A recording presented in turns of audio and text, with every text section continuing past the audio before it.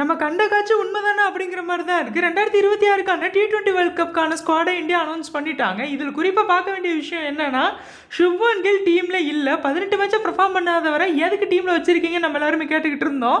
அது இப்போ தான் மேலிடத்தில் இருக்கிறவங்களோட காதுக்கு விழுந்திருக்குன்னு நினைக்கிறேன். அவரை டீம்லேருந்து தூக்கியிருக்காங்க. அதை விட இன்னும் குறிப்பாக நம்ம பார்க்க வேண்டிய ஒரு விஷயம் என்னன்னா, இஷான் கிஷன் டீமுக்குள்ளே வந்திருக்காரு.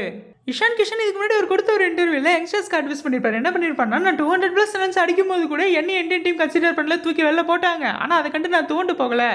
என்னைக்கு என்னோட ரன்ஸ் என் டீமை ஜெயிக்க வைக்கிதோ அன்னைக்கு நான் அவங்களோட கண்ணில் படுவேன், அவங்க இந்த டீமில் எடுப்பாங்கன்னு சொல்லியிருப்பாரு. அதே தான் இப்போ நடந்திருக்கு.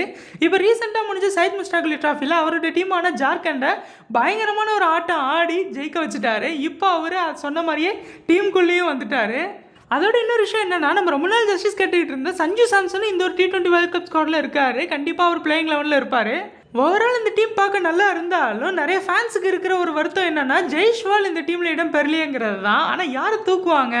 ஏன்னா சஞ்சு சாம்சன் ஓப்பனிங் ஆடும்போது அவர் ஓப்பனிங் ஆடிடுவார், விக்கெட் கீப்பிங் பண்ணிடுவார், 2 ஸ்லாட் ஃபில் ஆகிடுங்கிறதுனால ஜெய்ஷ்வாலோட சஞ்சு சாம்சன் தான் பெஸ்ட்டு பிக்குன்னு எனக்கு தோணுது. அப்புறம் இருக்கிற எல்லாருமே நம்ம எல்லாரும் எதிர்பார்த்த மாதிரி தான். Suryakumar Yadav as usual captain. Gill போனதுனால அக்சர் பட்டேல், கில்லுக்கு முன்னாடி அவர் தான் பண்ணிட்டு இருந்தார், அவரே திரும்ப வைஸ் கேப்டனாக போட்டிருக்காங்க. ரிங்கு சிங் இந்த டீமுக்குள்ளே வந்தது ஃபினிஷிங்கை இன்னுமே ஸ்ட்ராங் பண்ணுற மாதிரி எனக்கு தோணுது.